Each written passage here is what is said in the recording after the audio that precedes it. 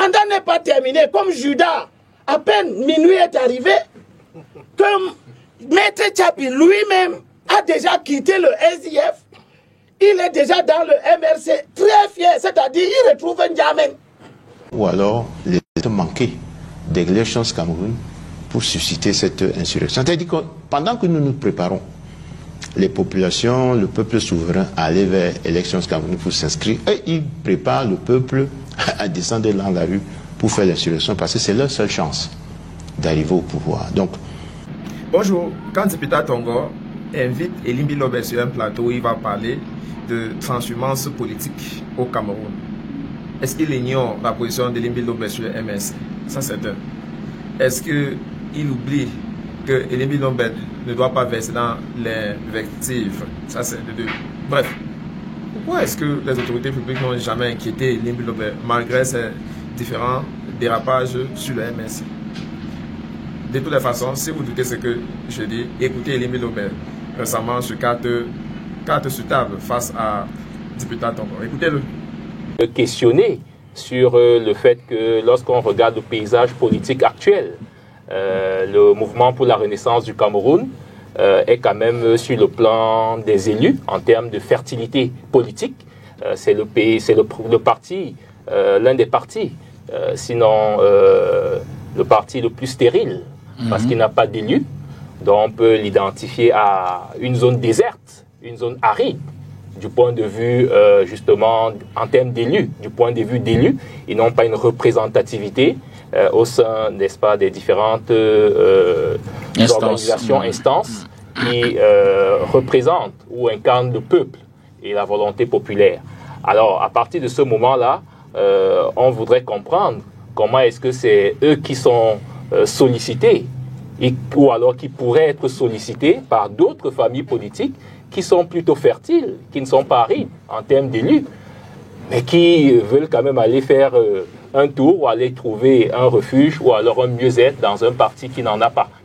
Nous pensons que si on reste dans la compréhension traditionnelle de la transhumance, c'est plutôt le MRC qui doit pouvoir aller chercher, puisque n'ayant pas la capacité et la possibilité du point de vue juridique et électoral de pouvoir investir un candidat. C'est le MRC qui doit aller chercher un mieux-être ailleurs, et ça doit commencer par son président national qui doit d'abord démissionner du mouvement pour la renaissance du Cameroun. De l'adhésion à ce parti, les bienfaits d'avoir une espérance à partir de ce parti, par les réalisations économiques et sociales que vous faites dans votre commune où vous avez gagné des élections. Puis, on ne voit pas ce bilan et on vous voit quitter pour aller dans un parti qui n'a pas d'élu, qui n'a pas pu faire élire quelqu'un. Pour des tas de raisons, le résultat est le même, il n'a pas pu faire élire quelqu'un. À partir de ce moment, on dit, mais quel est le bien fondé de l'action qui consiste à quitter là où il y a un potentiel, c'est-à-dire une capacité à produire les résultats escomptés, pour aller là où il n'y en a pas. Et du coup, le débat porte sur les raisons inavouées. Parce que les raisons avouées ne sont pas recevables. Comment vous pouvez quitter un parti qui a 9037 conseillers municipaux, 158 députés ou 156 députés, 80 sénateurs. 156 députés. Le RDPC. Ah d'accord. 156 députés, oui. 9 régions contrôlées. Vous décidez de quitter ce parti qui, par ses résultats, montre qu'il a une certaine stabilité, une certaine performance. Parce qu'on n'obtient pas ces résultats-là par hasard. On peut faire le débat sur la fraude et tout ça. Moi, je ne fais pas ce débat. Pour aller dans un parti qui n'a rien. D'accord. Pour terminer cette phrase. D'accord. Mais si je prends le RDPC, qui ne connaît pas beaucoup ces mouvements-là, justement parce que, au fur et à mesure qu'il dure, il acquiert une certaine performance. Donc on voit très peu ce mouvement. Quelques personnes peuvent partir parce que des indisciplines, etc. Mais les gens qui quittent par eux-mêmes le RDPC pour aller ailleurs. Maintenant, on voit plutôt un phénomène où on a des gens qui quittent des partis qui ont quand même un visage pas très méprisable. Quand vous quittez, je regarde le cas par exemple des transhumants qui sont à la mode, qui viennent d'opérer leur transhumance tout récemment. Vous voyez un maître Tchapi, Lavoisier.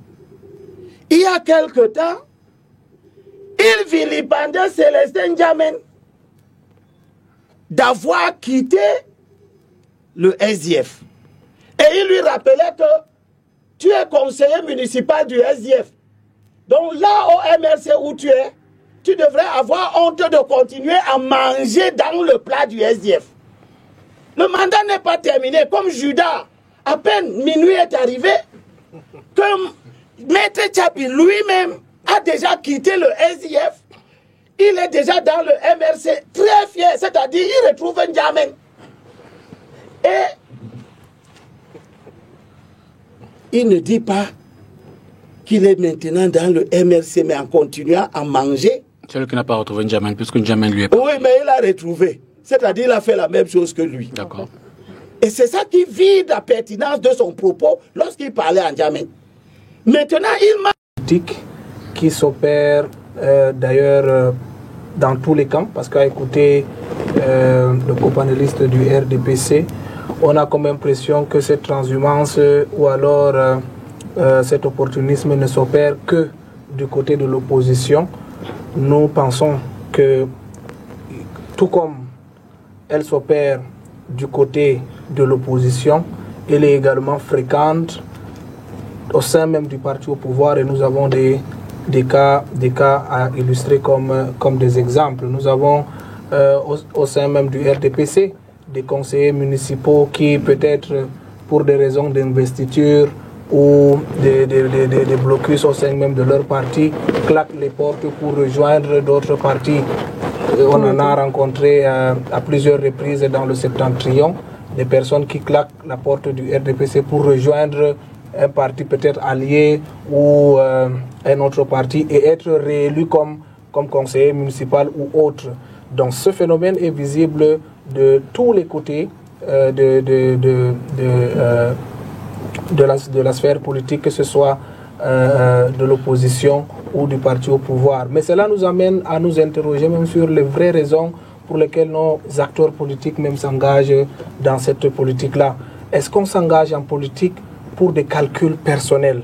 Est-ce qu'on s'engage en politique pour soi-même? Parce qu'on a comme impression que ce phénomène est observé, comme l'a dit Mme Arlette, beaucoup plus à l'approche d'une échéance électorale pour pouvoir assouvir la volonté d'un parti à se conformer peut-être à une loi, se conformer à une exigence quelconque qui doit être remplie avant qu'il ne puisse participer à une échéance électorale. Je prends par exemple le premier cas.